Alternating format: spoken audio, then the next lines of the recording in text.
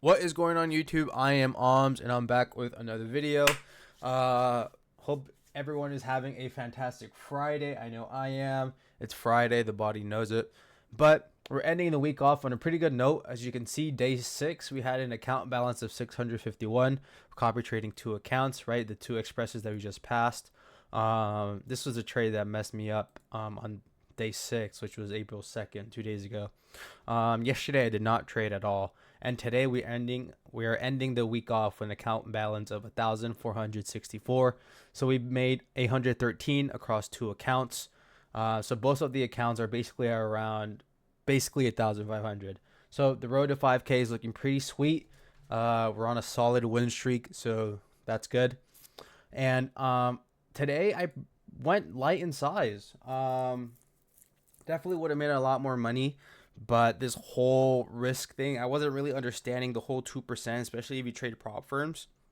I wasn't really understanding what they were talking about when trading within the 2% limit rule. But now I understand it. Now I understand it. So basically, what it is, if you're trading prop firms, or I'm pretty sure, I don't know if you guys experienced this, sometimes when a stock gets halted, right? So when GameStop was happening, there was no halt, right? Because no one really believed in GameStop. But when he came back late of 2024, the Roaring Kitty, he's the guy that made GameStop famous. When he came back and he tweeted on his Twitter account after a long period of time, he just tweeted like a GIF with GameStop, and everyone's going crazy. So what like Robinhood and like a bunch of other brokerage firms did, they basically started to halt the stock. And what halting means is basically it just stays at one steady position. And just because Roaring Kitty just has so much power, and then like back when the whole GameStop to the moon was happening, just a lot of these brokerage firms didn't have set regulations for stuff like this to happen, because something like this absolutely never happened, right?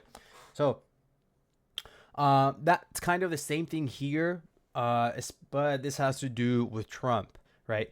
So this 2% limit rule basically is once an indice or just a stock in general, but this mostly applies for prop firms, right? Because let's say I entered over here at this level, right? I could be holding, right? So let's see. I could be holding here, entered here. This is 3,000 points. You would absolutely milk the prop firm you're in. Or obviously maybe not Apex because of the consistency rule, but prop firms with no consistency rule, just like Top Step, you would absolutely milk them if you literally held this, right? Like 4,000 points, that's absolutely crazy. You would have been rich, like you could have retired your mom. So they have set rules for this, right? So what the 2% trading rule means is basically once this stock reaches 7%, that means like it's plummeted 7%. That's when they start to halt stocks and stuff, right? And that basically has to do with GameStop. They started halting because they started to reach that 7%, because it just increased by 7%, right, in such a rapid amount of time. So with the 2% thing comes active, it wasn't active all day. It becomes active once it reaches 5%.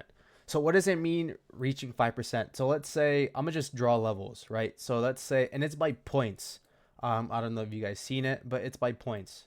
So let's say once it reaches this 19,790 level right here, this third level I just drew. Um, let's say this is 5% that it's dropped, right? So the price has dropped 5% in such a short amount of time. So now, if you were to trade during this here, and let's say this is 7% all the way down here, and this is when the halting starts. If you were to trade within this time frame, you would have been auto liquidated, and your fills probably would have canceled. And I haven't heard stories of people losing Express accounts. I don't know, but it's just a sign of just it's really volatile.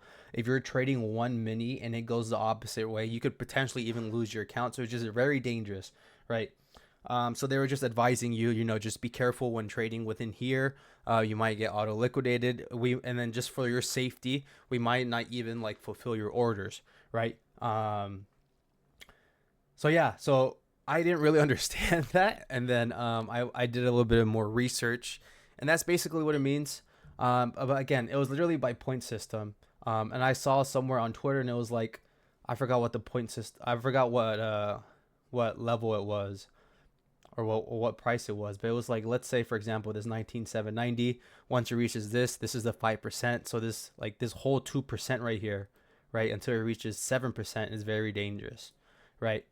But that's what that was. I didn't know what it was. A lot of my friends didn't know what it was, but yeah, that's what that is. Just in case anyone, I kind of still traded even with like without really knowing, and I was kind of scared. But with that being said, I went light in size, and again, I also went light in size, bro. I went light in size not only because I didn't know what the whole rule thing was, also in light in size just because it was so volatile. Like how, I don't know, the point system was just all over the roof. But let's just get into the trade I ended up taking. Now, this trade was a little scary just because I would have preferred this to bounce off of this 5 minute realistically.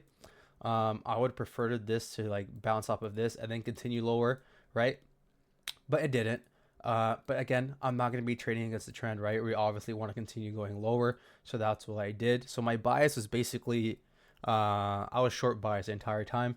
And I was kind of just waiting for a setup. Now this setup right here is not A plus. It's not A plus just because we did not sleep. We did not sleep. We did not sweep this liquidity, right? We did not sweep this engineered high. We didn't turtle soup it. We did anything. We're not bouncing off of fair value. Oh, we are. Wait. It's a small one right here. Oh, okay. Initially, this was like a B setup. Right now, I think this is B plus, just because we're bouncing off a fair value app. No. This is actually a solid setup then. I should have definitely gone a little bit heavier in size. But anyways, so I went super light in size because look at this, 67 points for a stop loss. No, never doing that. So I went super light in size. I trimmed here, and then I trimmed again here, and then I had one more micro, and I saw we started to come back up. So I basically got like stopped out like around over here or whatever. So again, 110 points or whatever with 3 micros. Really solid day, really volatile. That's how I made 800. Any other normal day, 3 micros would have brought me, with this move, maybe like a good 200, 300. But the fact that it was just so volatile, it brought in some money in. So I'm not complaining. So that is the trade that we took today. And I was kind of just tape reading another trade here as well.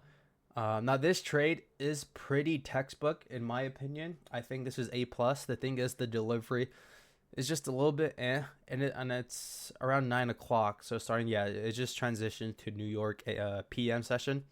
But initially, what I wanted to see. So we have this for value gap, right? And then we have this market structure shift. I wanted us to retrace a little bit higher, right? I wanted us to retrace like into this fair value gap and then back down. And then, that would have been an even better position. But we didn't even touch it. Let me see. Yeah, we didn't even touch this fair value gap right over here. So again, I was just tape reading. This could have been an amazing trade. And kind of the same thing happened over here. But I mean, if you're ballsy, you could have entered, right? Obviously, you still want to be short biased. You're not trying to catch the bottom, right? And then just catch the reverse to the upside. That's not realistic here because, look, we've we've sold for how long? Let me see. How many points is this? If you're trying to catch the bottom, you're a little bit crazy. I actually don't know. Like, look at this. We could probably, the selling starts like around here. Yeah, we've been selling for 5,000 points. If you're trying to catch the bottom and trying to catch a trade to the upside, just make sure to zoom out. Definitely just make sure to zoom out. You don't want to trade against the trend, right? But yeah, this trade was a little bit choppy. Let me go ahead and look at the 5 minute. I think the 5 minute is where really the magic happened for this trade. Yeah. So here you go. On the 5 minute, this looks a little bit crispier. As you can see here, right? So here's your fair value gap. We re-tapped into it. The 5-minute looks way better compared to the 1-minute, right? So the setup here would have been taken on the 1-minute. You could have had a stop loss here. As soon as you see some momentum off of this fair value gap, right? You could have entered let me just move this a bit down. Yeah, so you could have entered like around here or something. You could have had your TP right over here to break even.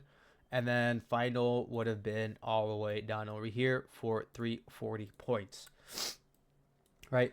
So again, this is another solid thing. Not only that, if you look from my previous trade, there's also another fair value gap here. Right? So now this is a plus plus plus. This is a plus. But I was done for the day. But that doesn't stop me. I started a new eval account. Oh wait, I think someone's at my door. Oh my god. Anyways, I accidentally ended the recording, but that doesn't stop me. I started a new eval account and ended up taking that trade, this exact trade for 1,500. So we're already halfway there. We're gonna be adding hopefully another Express account, so we can add it and continue copy trading. I'm trying to make some moves, dude. Like, I know I can do this. Like, I know my capabilities. I know what I should be doing. I know how I should be trading. I know the setups that I want. The only part is committing to your trading plan and just waiting for your setups to appear. You would be profitable in 3 months if you just wait for your setups to appear. And obviously, you want to start small with 50Ks. You don't want to just like risk going heavy all the time. You want to build up that cushion, right? And then maybe potentially start going bigger in size. But all that just takes with time. But if you're able to wait for your setup each time, it's you're in a fantastic spot. And I definitely know I can do that. Like I just see the setup in my head. When the setup starts to form, I start moving my mouse and I'm like, I'm ready to go, right? So yeah, so that's, oh no, the wind just closed my door. Okay, so that's pretty much it for this video, guys. Yeah, this trade actually would not have stopped me out at break even. But the thing is though, there's no resting liquidity down here. Like the liquidity is just so far. But yeah, that's pretty much it for this video, guys. I hope you guys enjoyed this. I hope you guys have a blessed weekend, and I will see you guys in Monday's video. Peace.